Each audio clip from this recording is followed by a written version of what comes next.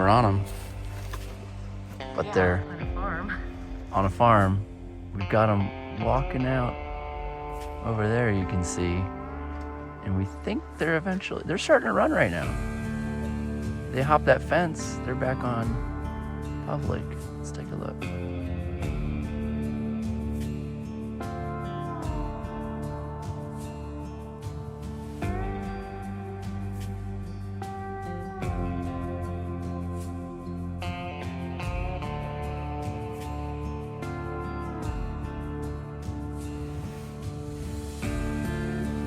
Here we are back at the place. What happened today, Catherine?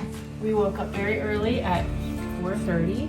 We got ready and we headed out to where everyone else has been successful getting a pronghorn within the first couple hours of their hunt. And we saw them immediately. And then we saw probably about 200. Some of them were the same ones more than once throughout the day. Couldn't get close enough. They kept running from us. We stocked up on some to 220 yards. Those were the only ones that would let us get closer. Then they ran away from us. We saw giant deer. Like 4 of them. Yeah, there was a little herd of deer that we saw real early in the morning, and some really big guys, like bigger than I've ever seen in up close. So yeah, it was a long, fun day of seeing lots of pronghorn, but we did not get a pronghorn. Oh, and then at the end, we went to a watering hole, and we're driving away from the watering hole, and there were some right next to the car, but they were scrawny, real little tiny ones. We'll let them get it.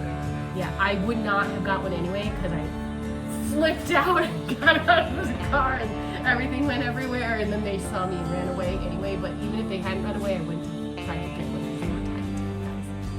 All right, so that's it.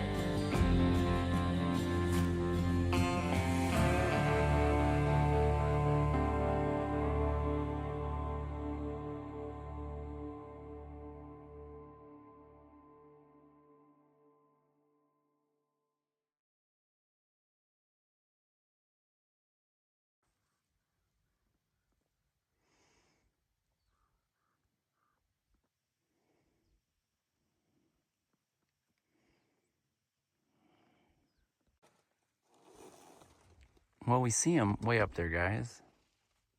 Might be able to get him on the camera running. I call it frolicking, but they're just hanging out.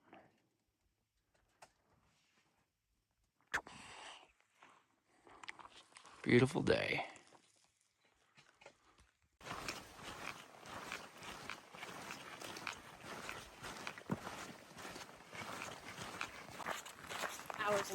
Hi. How many stalks today, Catherine? I don't know, 4 or 5. 4 or 5, and the last one was pretty close. We had heads sticking up above the berm, just ears and eyes, and at 200, and Denver's got a full, shot on them. I never even had them in the scope until they disappeared. Yeah. So here we are, going back to the truck. Been a long day.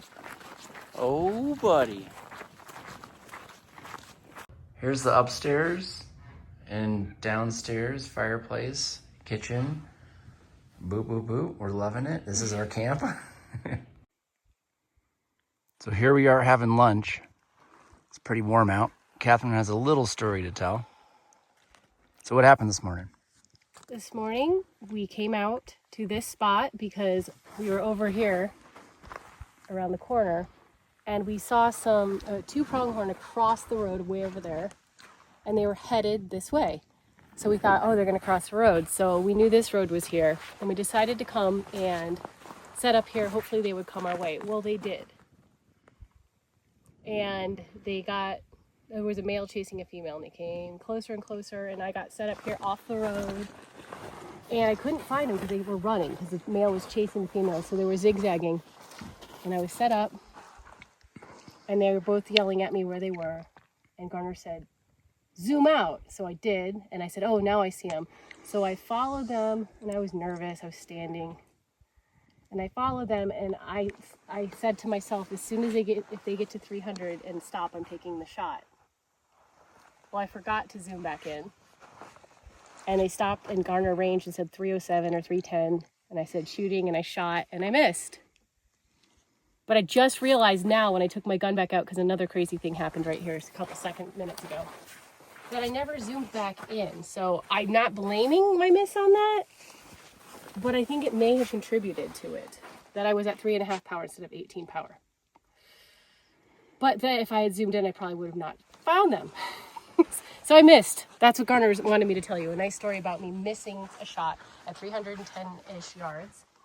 Then we came here for lunch and we're eating, and Andrew goes, hey, there's one right by the fence. And I thought it was so small. I thought it was a coyote, but it was a boy.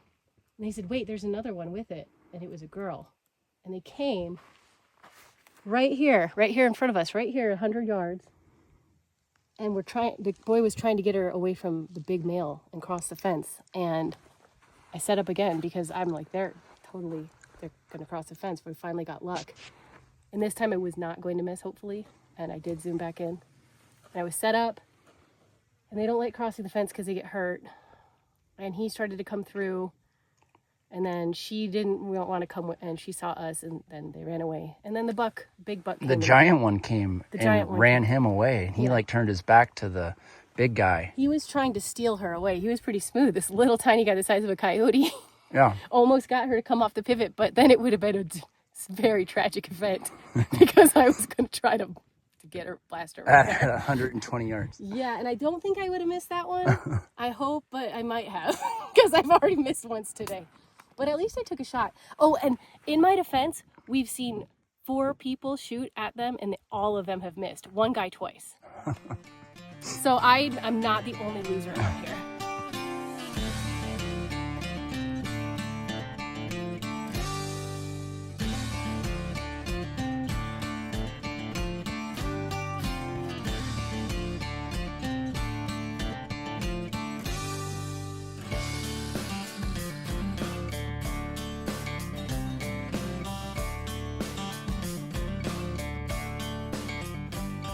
Here we are.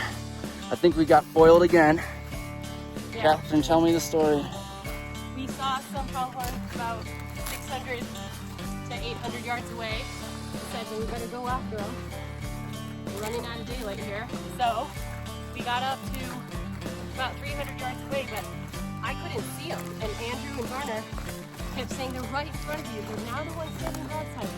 But then they ducked down to where I am because they were behind the berm. I'm too short. I would raise my head up 1 foot and I could see, and then I lowered to Catherine's height, and there wasn't a chance. There wasn't a shot anyway. We needed them to be a little bit higher up. But then they finally, about probably after 10 minutes, got a little upset with us being so close and bounded off. Oh well, at least they didn't miss the shot again. Yeah, I was saying now they're gonna run up there and just be roadkill, but let's hope they don't. The ones at the pivots have been really spooked, and these let us get pretty close. We might drive around the backside as the sun sets and see what that does. Yeah, they leave like when our truck is like 5 miles away, they start looking and run.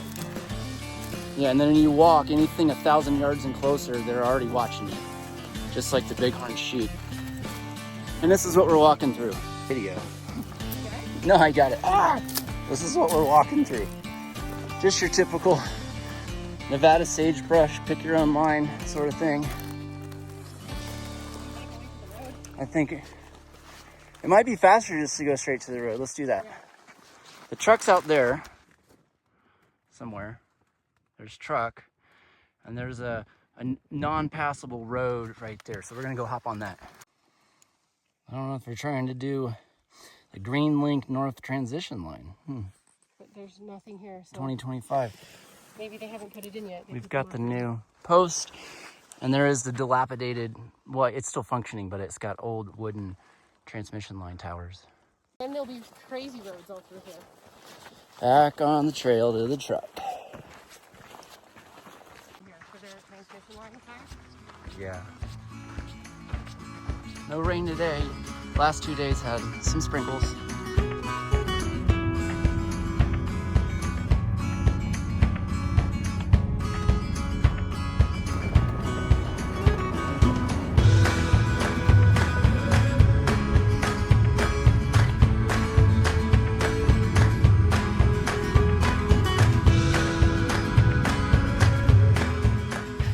So we're on our way out, Catherine. Andrew, how was it?